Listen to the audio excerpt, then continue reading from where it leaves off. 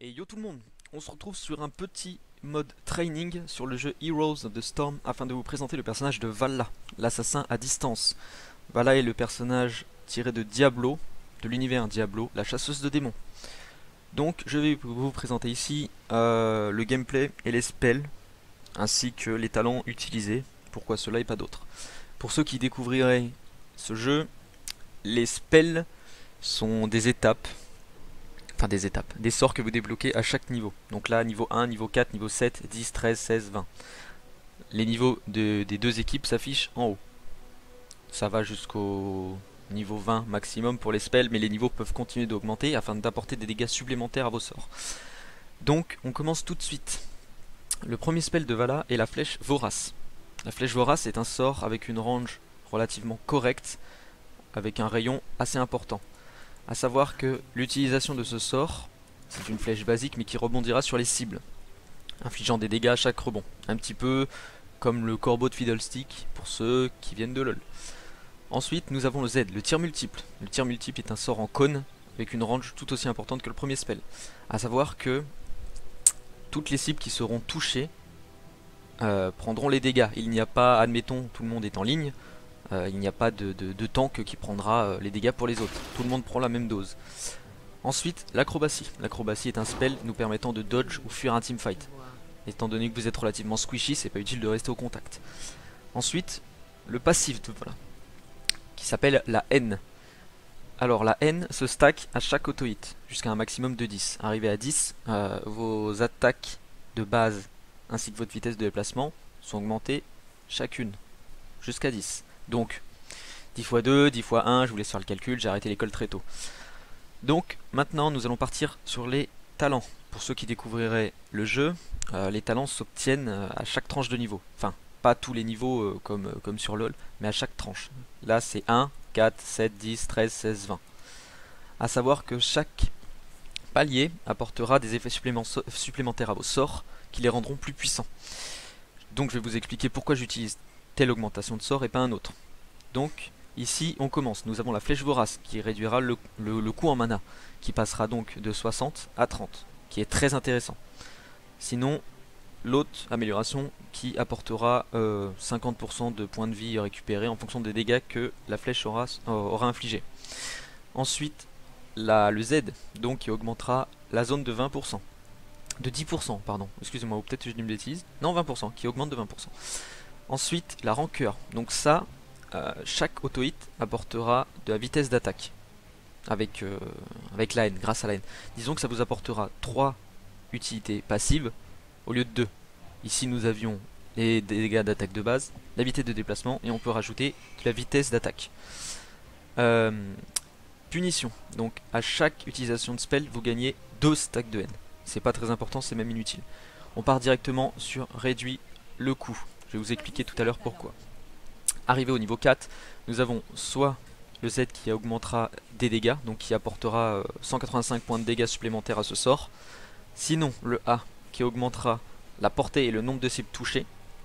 Manticore qui inflige de dégâts supplémentaires si on attaque la même cible. Ou assaut vampirique. Tous ces spells sont pas vraiment utiles, mais la flèche perforante est la plus rentable, donc on la prend. Arrivé au niveau 7. Au niveau 7, élan du combat. À chaque fois qu'on utilise une attaque de base, ça réduit le cooldown. Donc à savoir que si vous avez pris le spell qui augmente l'attaque speed au niveau 1, ça va très vite. Vos sorts se régénèrent très rapidement. C'est pas forcément utile, ça dépend vraiment des compos adverses. Ensuite, le Chose trap. Chaque fois que vous ferez une acrobatie, ça lâchera des pièges qui ralentiront la cible de 20% pendant 2 secondes. C'est pas très utile, je le prends jamais. Arbalète à répétition. Chaque fois que vous ferez une acrobatie, ça réduira le cooldown de votre flèche vorace. Donc ça fera flèche vorace, acrobatie, flèche vorace. Donc c'est un must-have. C'est un des spells que j'utilise principalement. Attaque carbonisante. Donc ça, en contrepartie, si vous faites pomper plus de mana, vous vous infligerez plus de dégâts. Donc étant donné que vous êtes manavore, c'est pas très utile. Surtout au niveau 7, c'est pas génial. Donc on annule le temps de recharge avec arbalète à répétition. Arrivé au rang 10, nous avons le choix entre pluie de vengeance et rafale. Pluie de vengeance, c'est un sort en cône qui infligera 2 stuns à répétition à intervalle de 0,5 secondes et infligeant des dégâts. Là il y a écrit 560 points de dégâts, donc c'est x2, mais étant donné que nous sommes niveau 20, ça fera 360 si je dis pas de bêtises. Sinon nous avons la rafale. La rafale, Vala tournera sur elle-même, infligeant des dégâts à toutes les cibles. C'est durant 4 secondes. Je trouve ce spell très intéressant. Après, la pluie de vengeance, c'est vraiment si vous avez besoin de contrôle l'équipe adverse, que vous n'avez pas de contrôle dans votre équipe ou très peu. Pour ma part, je pars sur une rafale. C'est un spell plus intéressant. Arrivé au niveau 13, tueur de géants. Donc ce spell, c'est un petit peu comme la lame maudite de je sais plus quoi sur LoL, qui infligera des dégâts en fonction de la vie maximum de votre adversaire. Très important contre les tanks, comme Diablo et toutes ces saloperies. Tir de gifle, donc ça ralentira la cible. C'est très intéressant de le prendre. Poursuite acharnée, donc là ça augmente votre vitesse de déplacement 10% supplémentaire quand votre N est au maximum. Discipline bien trempée. Donc là, une fois que vous avez atteint le niveau maximum de discipline, vous stackez autre chose qui augmentera, qui vous apportera du lifesteal supplémentaire. Le bouclier anti-sort c'est un actif, j'aime pas les actifs, je trouve ça broken. Mais ça, en gros, ça réduit les dégâts subis de 50%. Là on part sur un tueur de géants. Pourquoi? Parce qu'on est en mode training et l'adversaire en face c'est Arthas. Donc ça sera très simple de vous montrer l'efficacité de ce sort. Ensuite, le palier 16, l'exécuteur. Donc ça, toutes les cibles diminuées, donc toutes les cibles stun, ralenti ou toutes ces saloperies prendront 40% de dégâts supplémentaires. Si vous avez beaucoup de contrôle dans votre équipe, c'est très intéressant de prendre l'exécuteur. Voltige, confère 2 charges. C'est un must-have. Ça veut dire que vous faites flèche vorace, acrobatie, flèche vorace, acrobatie, flèche vorace. Dans un teamfight, ça fait carrément le café. 100%, encore un spell actif, j'utilise pas les actifs, tout sera broken. C'est une sorte de slow qui... sans deuil, parce que je l'ai jamais utilisé en plus. Oui, ça bolle 15% de maximum de points de vie et ça ralentit la vitesse de déplacement de la cible. C'est un peu comme le couteau maudit, je sais plus quoi. Peau de pierre, donc ça vous apportera 30% de maximum de points de vie sous forme de bouclier pendant 5 secondes. Étant donné que vous êtes squishy, ça reste très intéressant. S'il y a des cibles en face qui peuvent vous focus rapidement, comme Illidan, Tyrael ou Zeratul, c'est très utile. Mais là on partira sur Voltige x2. Maintenant, nous sommes arrivés au rang maximum des spells. Donc ici, nous avons soit Fureur du Nexus, donc tous vos auto-hits auront des répercussions sur les ennemis proches de votre cible. C'est très intéressant dans les teamfights. Éclair du Nexus, c'est un petit peu un flash à la LOL-like et toutes ces saloperies. Donc qui vous aidera à vous enfuir d'un teamfight ou de passer par-dessus des walls, enfin, je vous fais pas un dessin. Vengeance, donc ça, c'est, si vous voulez, le niveau supérieur de votre ulti, qui infligera des dégâts supplémentaires avec l'utilisation. Donc on n'hésite pas, on prend ça.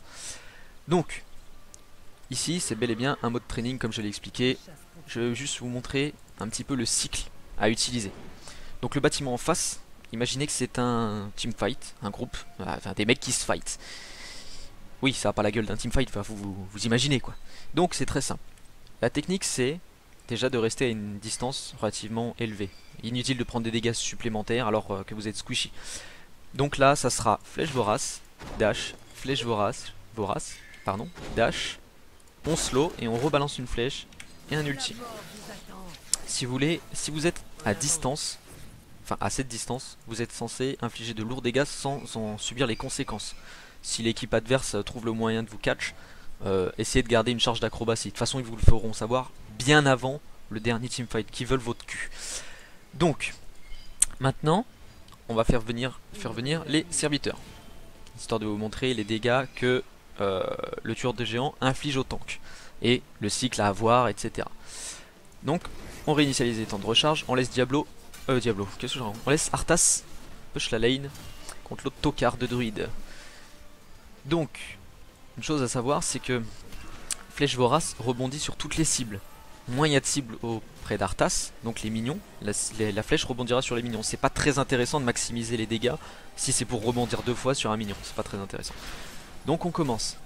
Donc là c'est Flèche Vorace, dash, Flèche Vorace, slow, Flèche Vorace, enfin dash, Flèche Vorace, ulti. C'est un combo très puissant, vraiment très intéressant. Il n'y a pas à chier, ça fait le café, le thé, ça repeint les murs. Après, à savoir que dans un teamfight, les cibles ne resteront pas immobiles de cette manière. Ça, je vous fais pas un dessin, vous jouez pas contre des bots. Maintenant, on va voir sans l'ulti. Donc, vous voyez, elle rebondit. Dash, rebond, slow, on attend, dash et on tire. La flèche rebondit relativement souvent. Et après, vous terminez à l'auto-hit. les dégâts du tueur de géant infligent 80 de dégâts supplémentaires quasiment. Et là j'ai même pas besoin de bouger. Après lui non plus il a pas besoin de bouger étant donné que c'est un bot. Mais dans l'ensemble, les spells de Vala se focalisent vraiment sur du multi. À savoir donc la flèche vorace qui rebondira sur toutes les cibles. Le tir multiple qui infligera de lourds dégâts à tout le pack face à vous. Et l'acrobatie qui réinitialisera la flèche vorace. Donc c'est très très simple. C'est un personnage très facile à prendre en main, qui ne coûte que 2000 pièces d'or. Et ça en fait un must-have. Ce qu'apporte ce personnage en termes de dégâts est très important. Il n'y a rien de plus simple. Vous faites, on recommence, flèche vorace, acrobatie, flèche vorace, slow, acrobatie, flèche vorace, ulti. C'est 4 secondes où vous infligez énormément de dégâts. Après rien ne vous empêche de terminer les tanks à l'auto-hit. C'est un jeu où justement vous pouvez vous permettre de focus les tanks avec un personnage comme Vala.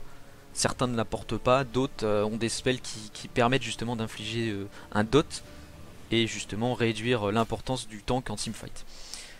Donc voilà, on a fait à peu près le tour. Je pense avoir parlé de tout et n'importe quoi.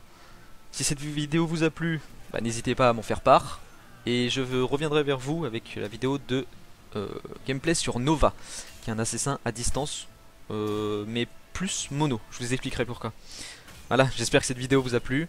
Les prochaines devraient arriver dans la semaine. Allez, amusez-vous bien et salut!